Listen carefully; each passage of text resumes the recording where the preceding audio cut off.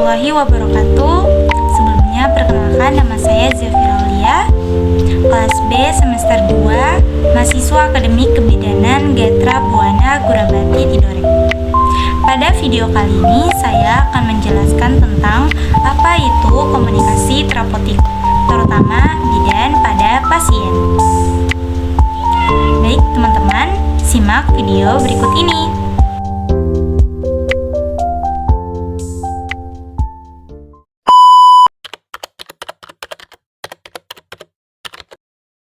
Komunikasi adalah proses pengalihan ide dari satu sumber ke satu penerima atau lebih dengan tujuan agar mengubah tingkah laku.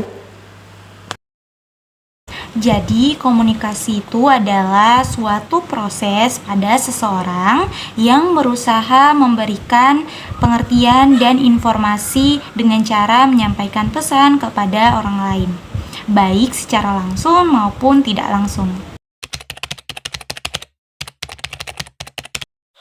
Pengertian komunikasi terapeutik menurut Nerhaus dan Suryani 2006. Komunikasi terapeutik adalah suatu kemampuan atau keterampilan bidan dalam membantu klien beradaptasi terhadap stres, mengatasi gangguan psikologi, dan belajar bagaimana berhubungan dengan orang lain. Jadi, komunikasi terapeutik adalah komunikasi yang dimana kegiatan dan interaksi penyampaian informasi atau asuhan pada pasien yang bertujuan dipusatkan untuk kesembuhan pasien. Maka komunikasi terapeutik mempunyai peranan dalam memecahkan masalah atau keluhan-keluhan yang dihadapi pasien. Yang pertama, kejujuran. Bidan terbuka dan jujur dalam memberikan asuhan yang lengkap kepada pasien. Yang kedua, lemah lembut, berbicara dan meyakinkan pasien, di mana pasien akan semakin nyaman dan tidak ragu dalam menyampaikan keluhannya. 3. Tata bahasa yang jelas, di mana ekspresif dan tidak membingungkan agar pasien dapat memahami asuhan yang diberikan. 4. Bersikap positif dan penuh harapan ke depan. 5. Kita sebagai bidan harus memiliki empati kepada pasien.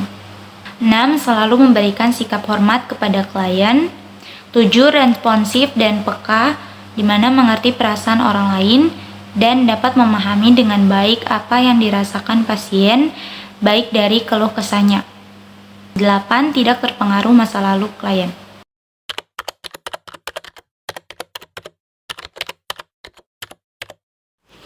1. Mampu membantu pasien untuk memperjelas dan mengurangi beban perasaan dan pikiran pasien.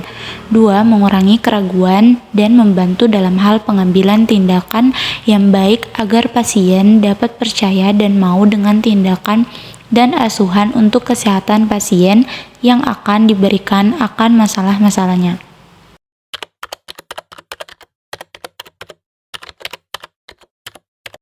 1.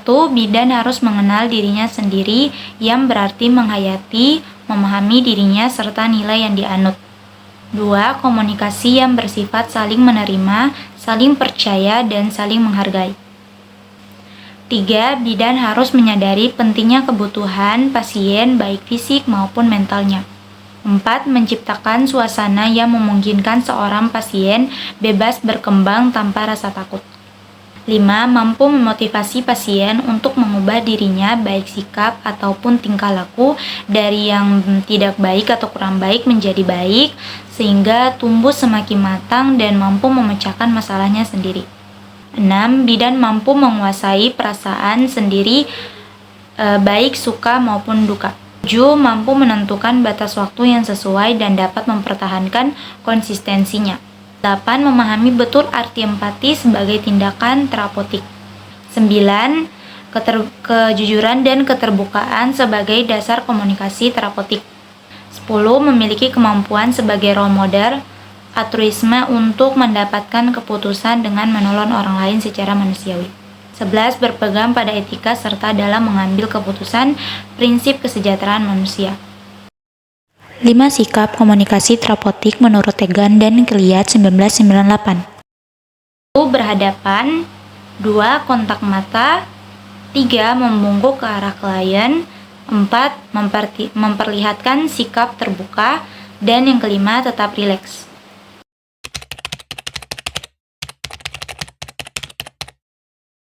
1. Keikhlasan.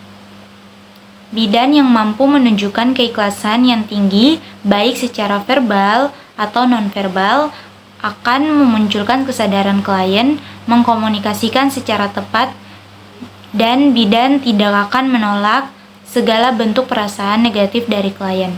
Yang kedua, empati.